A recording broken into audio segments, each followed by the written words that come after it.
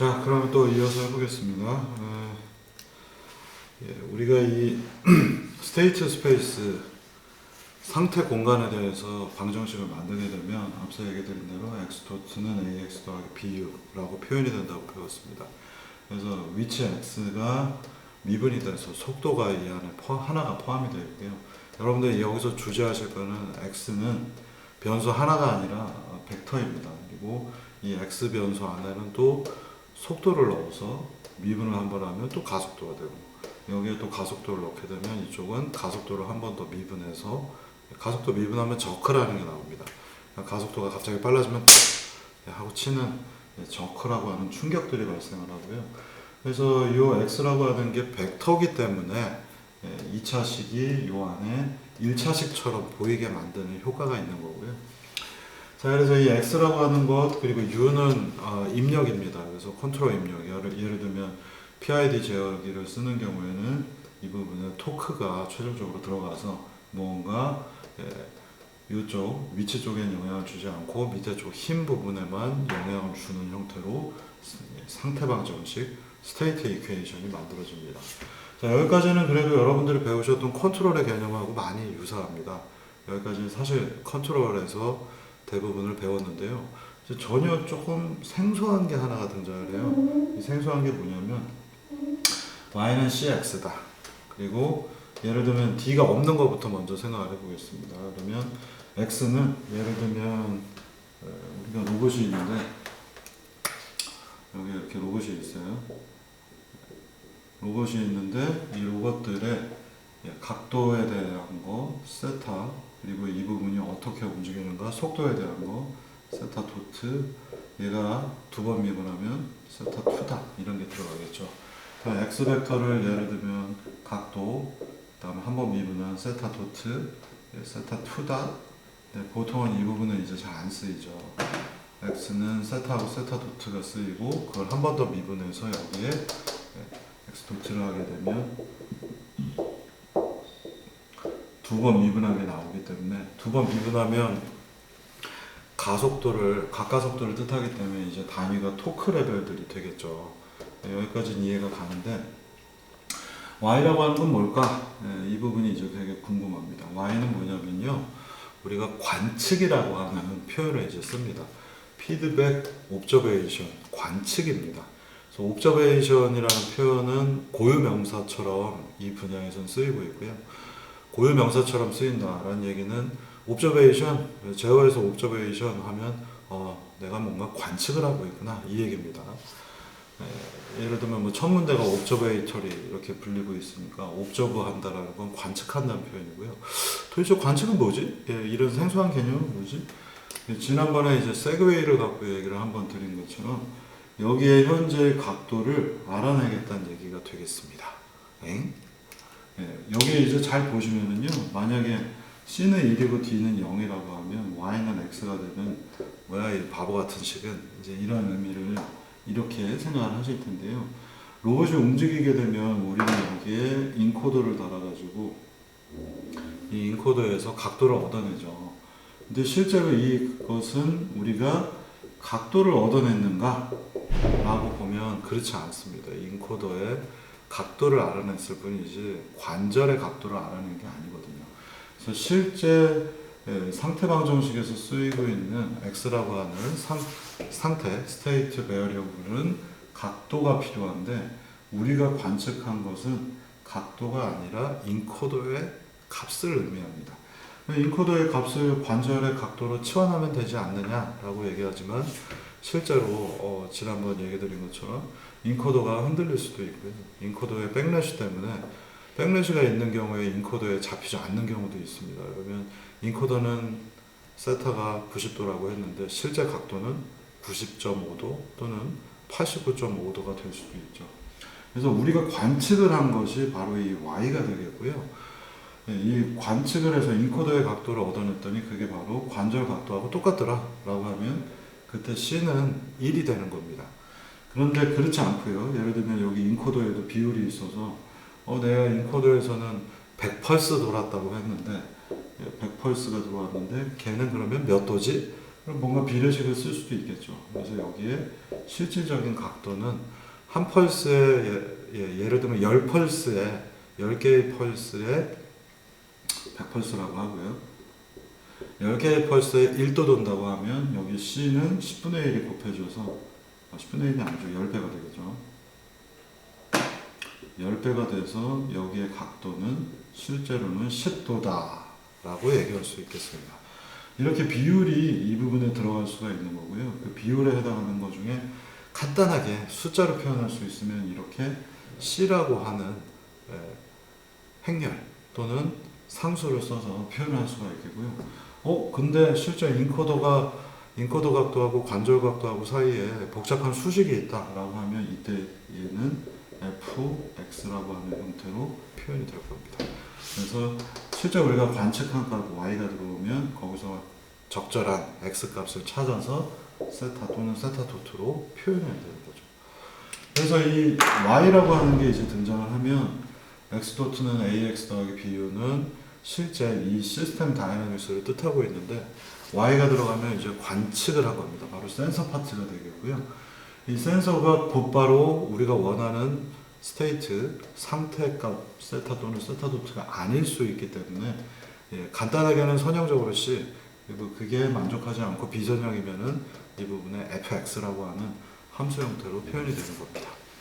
근데 움직임이 있을 때 관측값이 살짝 변할 수 있죠. 우리가 어떤 입력을 넣느냐에 따라서 예를 들면 로봇이 있는데 로봇의 손을 피고 움직이겠다. 그 다음에 로봇의 손을 오므리고 움직이겠다. 또는 로봇의 물건을 잡고 움직이겠다. 라고 하면 내가 뭔가 실제 상태 값들이 뭔가 인자들이 환경적 요소들이 변하기 때문에 내가 움직일 때 많은 영향을 주기도 하고 안 주기도 합니다. 이건 뭐 좋은 예가 아니라면 내가 위로 갈 때는 중력의 영향을 받지만 밑으로 갈 때는 되게 빨리 갈 수 있죠. 그래서 위로 갈 때 또는 위로 움직일 때 또는 밑으로 움직일 때 관측한 값에 내가 그때 지금 위로 움직였구나 또는 내가 그때 밑으로 움직였구나 라고 하는 입력 U에 의해서 D를 복잡하게 해서 관측한 값과 그때 입력에 의해서 변화되는 요소들로 X를 다시 계산할 수도 있습니다. 이제 목표는 뭐냐면 사실 Y는 센서 값이고요. 근데 입력을 내가 뭘 넣냐에 따라서 변화하지 않는다면 D는 언제나 0이 되겠습니다. 근데 입력에 의해서도 X가 변할 수 있다면은 관측한 값하고 입력을 계산을 해서 그때 해당하는 X 값, 관절 값을 구하게 되었어요. 그래서 사실 우리가 여태까지 많이 다뤘던 제어 시스템은요, 센서를 달고 피드백하면 PID 제어하면 되겠지, 피드백 제어해서 그렇게 생각을 하지만 사실은 이렇게 생겨있는 관측 시스템의 아주 특별한 사례입니다. D는 0이 되고 C는 1인 경우였어요. 그래서 우리가 관측한 걸 토대로 현재 스테이트, 세타 또는 세타 도트를 다 알 수 있다 라고 하는 아주 이상적인 경우로 제어들을 여러분들이 하신 겁니다. 그래서 여러분들이 뭐 인코더 펄스를 토대로 해서 계산을 하면 D는 없고 C 값만 조절을 하면은 X를 알아서 나는 관절 값이 몇 도다 라고 하는 형태로 문제들을 풀었다면 이제 슬램의 영역에서는 내가 관측한 것과 실제가 약간 다릅니다. 6분의 1을 가지고 관측을 한다거나 또는 우리가 저기에 내 친구가 오네? 그럼 친구까지의 거리는 몇 미터지? 관측을 합니다. 그래서 거리가 대략 보니까 한 100m인 것 같아. 뛰어가야겠다. 친구를 잡으려고. 친구하고 같이 밥 먹자고 해야지. 그때 C라고 하는 부분은 되게 에러가 많죠. 그래서 우리가 관측한 거는 눈으로 관측하면은 거리가 100m인지 101m인지 120m인지 에러가 되게 많기 때문에 우리가 관측을 토대로 해서 실제 거리를 명확하게 알기가 사실 쉽지가 않습니다. 근데 보통 이 로봇 쪽에서는 인코더 값을 관절 값이다라고 아주 쉽게 상수들 C를 이용해서 조절들을 했었는데요. 사실은 이 부분은 정확하지는 않습니다. 자, 그래서 이제부터 여러분들이 관측이라고 하는 에러가 존재하는 환경물을 본격적으로 이제 다뤄보는 거고요. 사실상 여태까지 여러분들이 이 자율주행 과목에 들어오기 전까지 세상은 프로그래밍화 할 수 있는 세상이었어요. 물론 센서 값들이 조금 튀긴 하지만 내가 적당히 이품을 쓰고 또는 뭐 평균 필터, 미디언, 민 필터, 뭐 여러 가지 에버리지 필터들 이런 거 쓰면은 적당히 값이 튀는 게 잡히네 이렇게 생각하고 왔는데 실제로 이제 움직이려다 보니 슬립도 있고 뭔가 콩콩 부딪히기도 하고 그래서 내가 모든 상태 값들을 좌지우지 조절하기 어려운 세계관에 들어가게 됩니다. 앞서서 이제 피드백이라는 표현을 쓴 거는요, 바로 이렇게 해서 피드백이 걸리고 있죠. 내가 입력을 내보내고 로봇이, 이게 이제 컨트롤러가 있겠고요. 여기 좀 지어놨습니다만 시스템에 뭔가 영향을 주고 그 결과를 토대로 되먹임 구조가 계속 먹는 구조. 이게 이제 피드백이고요. 실제로 여기에 y는 cx의 c에 해당하는 부분이 바로 이겁니다. 여기에 인코더 값이 있겠지만 여기에서 실제로 이거 좀 x라는 표현이 안 좋은데 안 좋네. 네. 많이 안 좋아요. 고쳐야겠습니다. 여기서 x는 예를 들면 조인트 앵글이라고 하겠습니다. 그렇다면 실제로 내가 관측하는 거는 입력 세타 여기 q라고 합시다.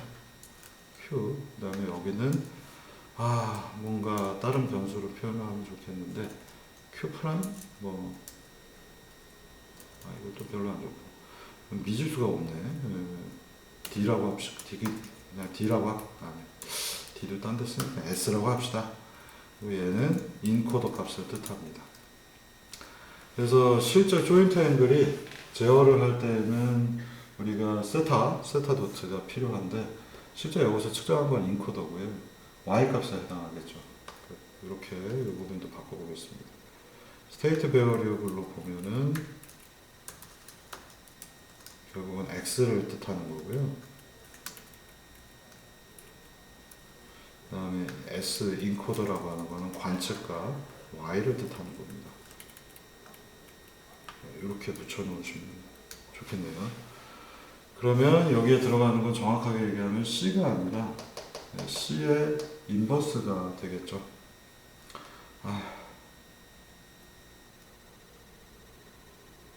이 부분은 제가 숫자를 의미적으로 써놨는데 혼동을 유발해서 오히려 뒤집는 게 낫겠습니다.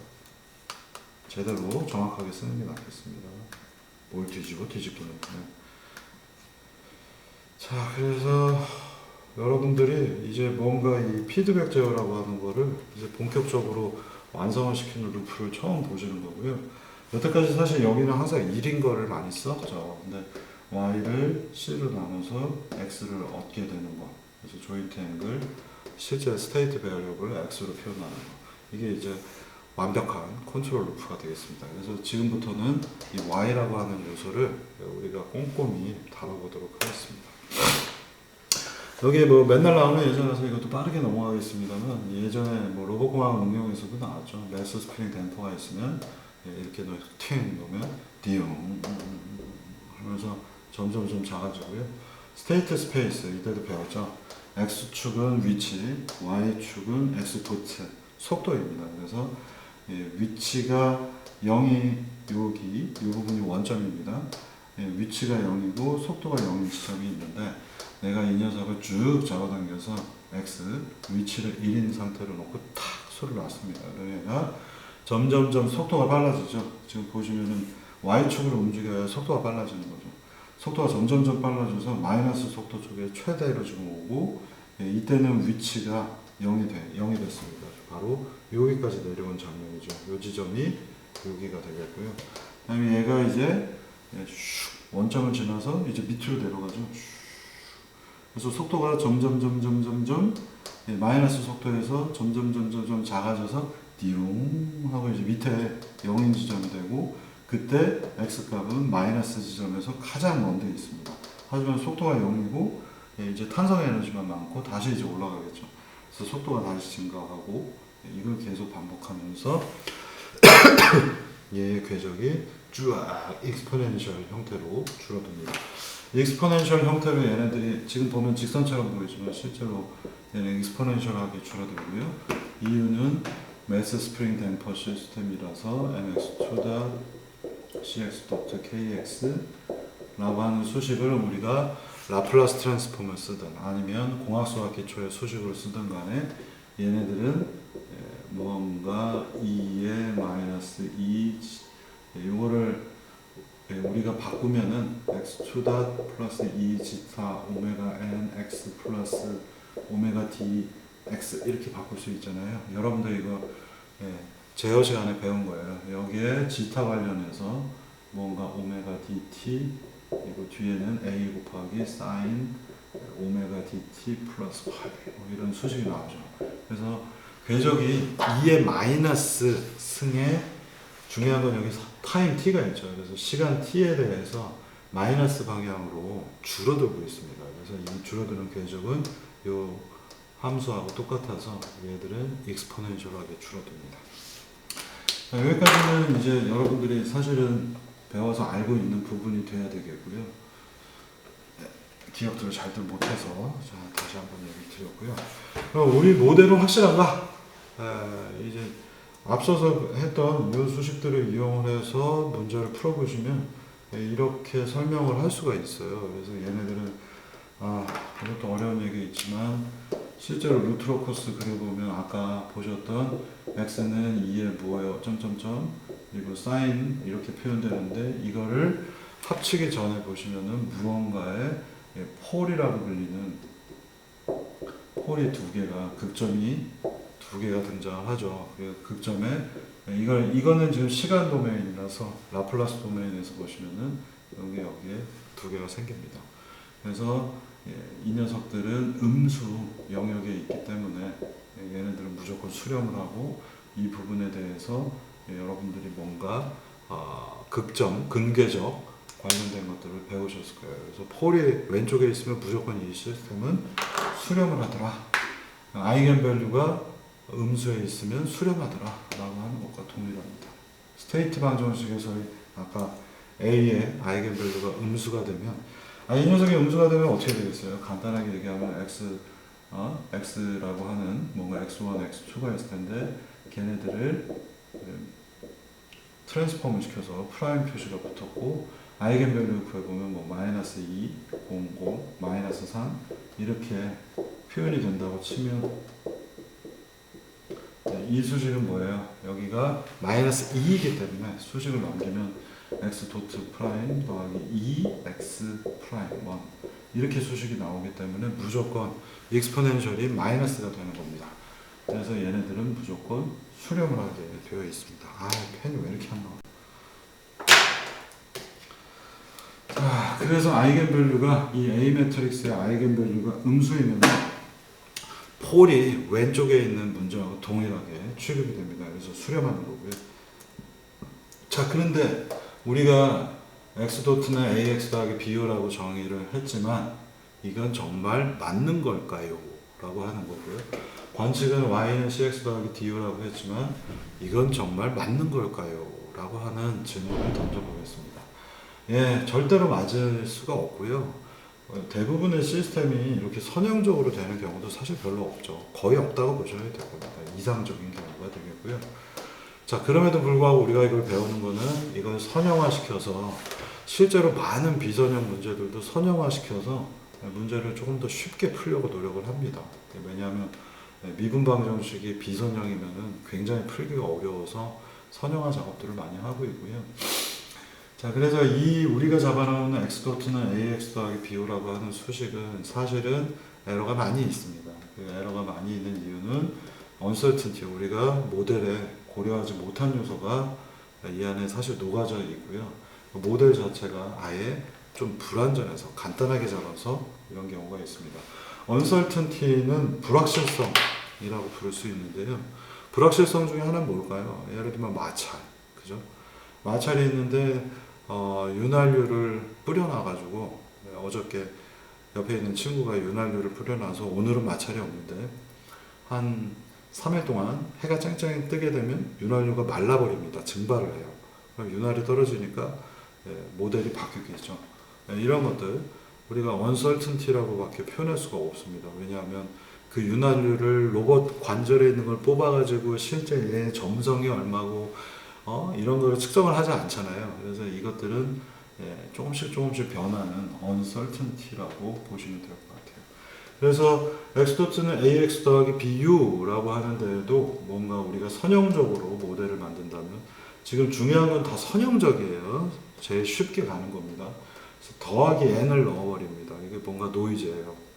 내가 입력을 주면 얘가 이렇게 흔들렸어야 되는데 그 입력이 약간 튀는 거죠.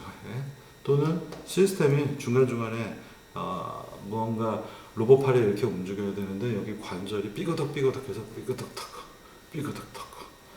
나이 들면 삐그덕삐그덕 하는 그것과 유사합니다. 그래서 n이라고 하는 노이즈가 이 부분에 추가가 될 수 있어요. 그래서 x도트는 ax 더하기 bu 시스템 다이나믹스에 노이즈가 끼게 되면 우리는 이것을 시스템 다이나믹스, 시스템이 계속해서 돌아가죠. x 도트, 처음에는 x가 0이었는데 다음 스텝에 x1, x2, x3, x4, x5, x6 그래서 이 녀석들이 시리즈로 이렇게 쭉 진행이 되니까 프로세싱이 되고 있죠. 그래서 얘를 프로세스 노이즈라고 부릅니다. 자, 여기는 이제 관측이에요. 관측인데 관측 부분에도 역시 제가 계속 얘기 드린 대로 노이즈가 있을 수 있죠. 그래서 여기에 노이즈가 추가가 된 것은 메저먼트, 측정하다, 메저, 자 같은 거죠. 자 또는 센서들을 내가 AD 센서들을 써서 측정을 하면 AD 센서 값 여러분들이 보셔서 아시겠지만 절대로 가만히 안 있죠. 전기, 외부 전기 때문에 우리 전기가 집에 또는 강의실까지 오는데 60Hz를 갖고 오잖아요. 그래서 60Hz 노이즈가 있으면 이건 전기가 흔들리기 때문에 생기는 노이즈죠. 그래서 어쨌거나 이런 메저먼트 노이즈들이 우리 센서에 영향을 주고 있습니다. 근데 이제부터 용어는 x도트는 ax 더하기 bu 시스템 다이나믹스에 영향을 주는 노이즈는 프로세스 노이즈, 관측할 때 영향을 주는 건 메저먼트 노이즈라고 부르겠습니다. 이게 칼만 필터의 처음 수식부터 추가가 되어 있습니다. 이 생각을 가지고 원래 아까 보셨던 저 무지막지해 보이는 식은 여기를 다시 돌아가서 보시면 xk-xk 뭔가 x도트는 ax 같은 관점이 보이고요. 플러스 bu 그죠? 그다음에 여기 오메가가 있죠. 이 오메가가 바로 프로세스 노이즈입니다. 다음 y를 대신해서 z를 쓰였고요.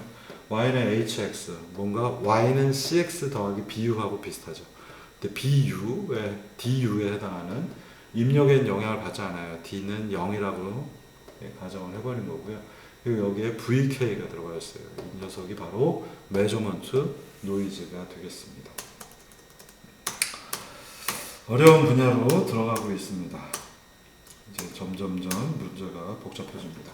프로세스 노이즈를 제가 한번 추가해 봤습니다. 바로 이렇게 생긴 메스 스프링 댐퍼에 이 부분의 수식에다가 n을 투입을 했어요. 이 부분도 여러분들이 꼼꼼히 보시면 mx2 플러스 cx 도트 플러스 kx는 f. 근데 f는 0이라고 하는 걸 대입을 했고요. 아까 보시면 이 녀석이 이렇게 돌면서 가운데로 수렴에 들어가야 되는데 프로세스 노이즈를 가속도하고 v 이 부분에다가 제가 던져 넣습니다. 왜 여기에 보시면은 여기는 왜 가속도이며 여기는 왜 속도일까? 왜냐하면 x라고 하는 스테이트 베어리어블을 x1, x2는 각각 얘는 실제로는 위치 p와 이거를 미분한 속도 이 두 가지를 뜻하죠. 이거 p라는 게 낯서니까 x라고 하는 스테이트 베어리어블은 x1, x2인데 이때 x1은 위치 x이고요. 그다음에 얘를 미분한 거죠. 근데 n이 더해지는 곳이 어딘가 잘 보세요. 여기에 더해지고 있는데 이 결과는 뭐예요? x라고 하는 녀석을 미분을 했기 때문에 x 도트는 x1의 도트, x2의 도트, 즉 x 도트, x2 다 바로 이 부분에 노이즈가 합쳐지고 있는 겁니다. 그래서 가속도 NA, 속도 NV라고 하는 이 부분에 0.1 가우시안 노이즈를 추가해 넣어봤습니다. 그리고 이 문제를 풀었더니 와 0.1인데 생각보다 작은데 이 녀석이 흔들리는 것들이 이렇게 지저분하게 움직입니다. 이게 자연계죠. 네? 여러분들 그 앞서서 보신 예제처럼 이렇게 깨끗하게 수렴하는 건 실제 메스 스프링 댐퍼를 만들어 보더라도 잘 안 보입니다. 로봇 가지고 관절이 어떻게 움직이는지 수렴을 시켜보셔도 이렇게 깨끗하게 돌아가면 잘 만들어진 로봇이고요. 대부분의 경우에는 로봇들이 움직이면 이렇게 중간에 튀는 부분들이 벌어집니다. 바로 프로세스 노이즈가 추가가 되어 있기 때문에 그렇습니다. 그래서 이 프로세스 노이즈라는 건 사실 측정하기도 어렵고요. 측정이 가능하면 그걸 모델에다 만들어 넣겠지만 우리가 측정이 안 되는 경우가 대부분이기 때문에 이 노이즈라고 하는 것들은 노이즈를 감소하려고 노력을 하지 노이즈를 모델링을 해서 문제를 풀려고는 하지 않습니다. 그리고 말 그대로 노이즈는 언제 어떻게 튈지 모르는 녀석들이에요. 자, 이번에는 테스트로 메저먼트 노이즈에 추가를 해봤습니다. 이제 뭔가 여러분들이 조금씩 이제 보실 수 있는 그림들이 이제 나타나는데요. 엑스포트는 AX 더하기 BU. 입력이 없었죠, 아까. 예를 들면 힘 F가 없을 때 이걸 날려버리니까 엑스포트는 AX만 여기 남아있고요. 그리고는 Y는 CX라고 하는 것만 이렇게 되고 있습니다. 물론 Y가 여기에 들어가도 되겠고요. 뭐 이 부분은 Y가 여기 있냐, X가 여기 있냐, 지금 그거는 제가 따지지 않겠습니다. 실제로는 어떤 시스템의 관점에서 보면 Y가 여기 있고 X가 여기 있는 게 맞겠죠. 바꿉시다, 그러면. 관측을 바깥쪽에서 하니까 이 부분은 제가 수식을 이렇게 바꿔놓는 게 훨씬 이해하기 편할 것 같습니다. 아까 앞에서도 바꿨으니까.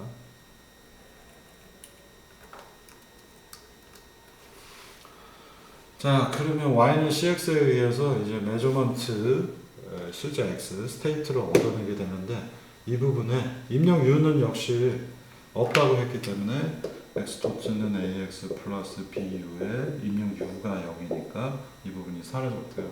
Y는 CX 플러스 DU인데 U가 없으니까 지워져서 이거 이렇게 두 개만 남았습니다.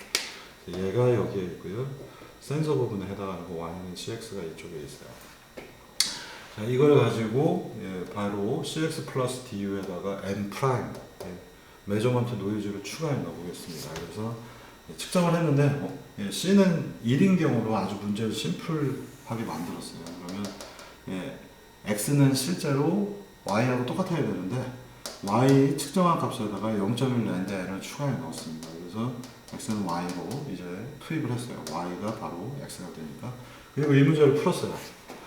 그럼 어떤 일이 벌어질까요? 우리가 관측 오차가 추가가 되면은 그림이 이런 식으로 나타납니다. 아까보다 더 심한 것 같아요, 그죠?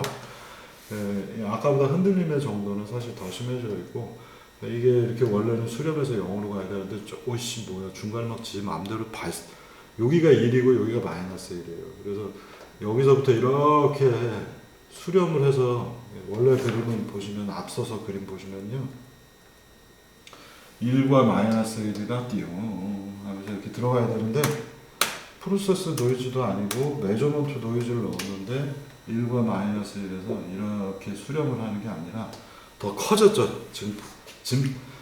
그 진폭이 더 커지는 걸 보실 수 있습니다. 야 이거 심각한 거였구나. 관측 오차가 커지면은 이게 생각보다 되게 제어하기 어려운 시스템이 됩니다. 그래서 아까 보시면은 프로세스 노이즈가 있을 때는 그래도 얘는 그래도 좀 룰을 지켰죠. 뭔가 수렴할 것 같은 느낌을 좀 보여주긴 했습니다만 얘의 경우에는 이게 무슨 FM 라디오처럼 흔들리고 있고요. 여기 보시면 거의 노이즈가 장렬하고 있습니다. 그래서 이래서 시작했기 때문에 수렴해야 됨에도 불구하고 얘는 커지는 거 보니까 발산할 가능성이 굉장히 많아집니다. 그래서 센서 쪽에 노이즈가 들어가면 미쳐버립니다. 예전에 여러분들이 로봇공학 응용에서 TDC 배울 때 제가 얘기 드렸지만 포크레인 엑스카베이터라고 하는 거대한 녀석의 노이즈가 탔을 때를 동영상으로 찍어서 사실 올렸어야 되는데 땅을 찍고 막 들어 올리고 자기가 난리 납니다. 그런 거 옆에 가시면 죽습니다. 죽어. 그래서 이 센서 단의 노이즈가 타는 것들은 되게 위험한 장면을 뭐 연출하기 되게 쉽습니다. 자, 어쨌든 그런 것들을 다 고려를 우리는 할 거고요. 그래서 프로세스 노이즈나 매저먼트 노이즈는 여러분들이 선형 시스템에서 보면 없어요. 그래서 되게 간단해 보이고, 야, 이거 제어하기 편하네. 여러분들 시뮬레이션 하신 거 있죠? 여태까지 로봇공학에서도 했고, 로봇공학 응용에서도 실제 다이나믹스를 갖고 있는 시뮬레이터 위에서 여러분들이 제어를 하셨습니다. 그리고 덜덜덜 떨기도 하고요. 제어하는데 제어가 잘 안 돼서 떨기도 하고 뭔가 부드럽게 수렴하기도 하고요. 거기는 다 노이즈가 없는 세계예요. 그래서 깨끗한 세계라서 여러분들이 거기서 성능이 안 나오는 것들은 시간하고 관련된 문제, 뭔가 제어 주기가 모자라거나 아니면 제어를 진짜 더럽게 못하거나. 근데 이제 그래도 위안을 삼아도 되는 거는 그때 여러분들이 제어하셨던 거는 전부 다 비선형 시스템입니다. 그러니까 로봇이라고 하는 게 로봇 8이 비선형이죠. 계속 얘기 드리는 대로 M 여기가 변수도 아니고요. 세타 2 플러스 V하고 제 합쳐서 제가 H라고 쓸게요. 그럼 세타 이렇게 생겨있는 시스템이기 때문에 제어하기가 원래 어렵습니다. 그래서 여러분들이 뭔가 완전히 잘못한 건 아닌데 여기는 어쨌든 노이즈는 없는 세계관이에요. 노이즈는 수치에러밖에 없는 세계관이라 그래도 제어하기가 편했는데 실제 로봇을 가지고 또는 실제 시스템을 여러분들이 만들어서 제어를 해보시면은 노이즈는 예측 불가능하고 생각보다 되게 복잡한 패턴들을 내부적으로 갖고 있고요. 왜 그러냐면 예를 들어서 육관절 로봇이라고 하면 6개의 관절이 부비적 하면서 베어링끼리 잘 돌아가기도 하고 기어랑 기어는 제가 뭐라고 그랬어요? 얘가 돌기도 하지만 이렇게 돌아도 가지만 부딪히는 부분에서는 기어 모듈러스가 있고 이 부분에서 이렇게 회전을 하기도 하지만 긁기도 합니다, 사실. 그래서 슬립과 롤링이 동시에 일어나기 때문에 기어들의 경우에는 슬립이 전부 다 복잡한 노이즈들을 만들어내는 굉장히 원천들이죠. 원단급입니다. 그래서 여러분들이 뭐 어쨌든 학부학생들이기 때문에 이런 노이즈에 대한 것들을 전부 다 모델링하고는 있지 않고요. 그리고 특히나 이런 노이즈 언설턴티들이 벌어지면 제가 로버스트 컨트롤러 강인 제어기 알려드렸잖아요. 슬라이드 모드 제어나 또는 TDC를 쓰시면 굉장히 좋은 성능을 얻으실 수가 있습니다. 이거는 대학원에 오시면은 실제 실험을 해서 여러분들이 직접 한번 느껴보시도록 하겠습니다. 홍보도 깨알같이 해야죠. 이제 대학원의 시기가 와서. 자, 그러면 이제 여러분들이 무언가를 문제를 푼다고 하는 것들을 인코더라는 건 굉장히 완벽하다라고 생각을 했지만 관절을 각도를 얻어내는데 인코더는 정말 좋은 수단입니다만 인코더가 꼭 관절의 각도를 의미하지 않아요. 그러니까 프레임이 약간 플렉서블하다든가 프레임이 약간 단단하지 않거나 또는 로봇이 있는데 어저께도 담배 피겠다고 제 방에 와가지고 옆방 실험실에서 동영상 찍고 있는데 많이들 만져보고 갔지만 저 기증받은 제우스사에 또 이번 기회를 빌어서 제우스 대표들께 감사의 말씀드리겠습니다. 한 3주 전에 뵀었는데 그래서 이 제우스 잘 써먹고 있고요. 이 제우스 만져보시면은 로봇 움직임이 거의 없죠. 굉장히 단단합니다. 그래서 이 로봇의 스티프니스라고 하는 것들이 높아야 저주파 대역에서의 흔들림이 없기 때문에 로봇들은 굉장히 단단하게 만듭니다. 저주파 성격. 저주파 특성이 안 좋으면 어떻게 돼요? 움직인 다음에 줄라. 이게 저주파잖아요. 빠른 게 아니라. 그래서 다 축축 움직인 다음에 끝에서 저주파로 흔들릴 수 있기 때문에 로봇은 무조건 단단하게 만듭니다. 자, 근데 이제 인코더라는 게 완벽한 줄 알았는데 로봇이 약간 물컹물컹. 이게 물컹물컹이 실제로 무슨 젤리, 보건교사처럼 젤리가 보이는 건 아니고 실제 쇠지만 쇠의 스코브에서 보면 우리는 쇠는 단단하고 느낍니다만 쇠가 무게가 있고 그 다음에 크기가 커지면 이 쇠는 스프링으로 보통 생각을 합니다. 그래서 쇠 자체가 흔들리죠. 판 스프링 같이 생각하시면 될 것 같고요. 그래서 쇠 자체가 흔들림들이 발생해서 관절과 인코더의 각도는 똑같지가 않습니다. 그래서 이런 문제들을 여러분들이 생각하셔야 되겠고요. 그래서 관절에다 뭐 이렇게 덕지덕지 붙여가지고 하면은 관절 각도 알 것 같잖아요.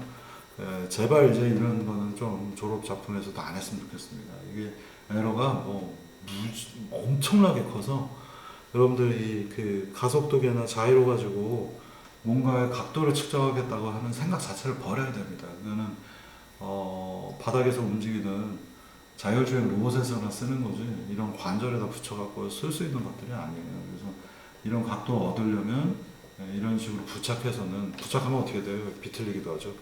이렇게 움직이면 아니요 뼈다귀에다 박을 수 있어요? 못 박잖아요. 뼈다귀에 못 박으니까 피부에 붙여놨고 돌면서 피부에 이 녀석들이 이렇게 회전을 하죠. 각도가 개판인 겁니다. 그래서 차라리 마커 붙이는 거를 전에 대전에서 여러분들이 해보시겠다고 하면 데리고 가서 해볼 수 있는 대전에서 지역사회 도움을 주기 위한 테크노파크 같은 데 가보시면은 이태경 대리님을 찾으면은 요새도 해주나 모르겠는데 장비는 있습니다. 그래서 쫄쫄이 타이즈에 입고서 몸에 마커 붙여놓고 돌아다니면은 여러분들이 움직이는 좌표를 얻을 수 있어요. 근데 기업 대상이기 때문에 학교에서 해달라고 그러면 저한테 얘기하세요. 제가 좀 해달라고 부탁을 따로 하면 해주긴 할 겁니다. 장비가 고장만 안 났다면.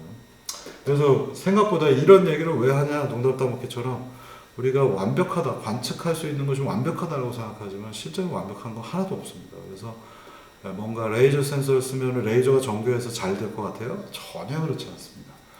그래서 이 거리라고 하는 것들은 특히나 여러분들이 뭐 초음파, 적외선 이런 것들이 워낙 성능이 개판인 것들인데 그걸 대신해서 레이저 센서를 쓴다고 거리 정보가 완벽하다? 절대 그렇지 않습니다. 그렇기 때문에 이 슬램이라고 하는 영역은 여러분들이 생각하신 예상하고 있는 것보다 난이도가 훨씬 더 높은 차원에 있고 예상하지 못했던 좀 더 복잡한 내용들이 밑에 깔려 있습니다. 그래서 제발 작년인가 레이저 스캔 결과 보고서 어느 교수님이 와 이 정도면 맵이 저절로 그려지겠네. 그 문제를 몰라서 그런 얘기를 하신 거고요. 이게 센서가 좋다고 절대 맵이 잘 그려지는 게 아닙니다. 그래서 이론적으로 이것들을 막아야 되는 거고요. 그래서 그런 분야들을 지금부터 이제 본격적으로 다루도록 하겠습니다. 그러기 위해서는 옵저베이션, 관측에 대한 문제를 해결해야 되고 관측 오차라는 걸 도대체 어떻게 사용할 것인가 이제 본격적인 칼만 필터 쪽으로 들어가도록 하겠습니다. 여기서 한 템포 꺾고 들어가겠습니다. 힘든 내용이 많이 나와서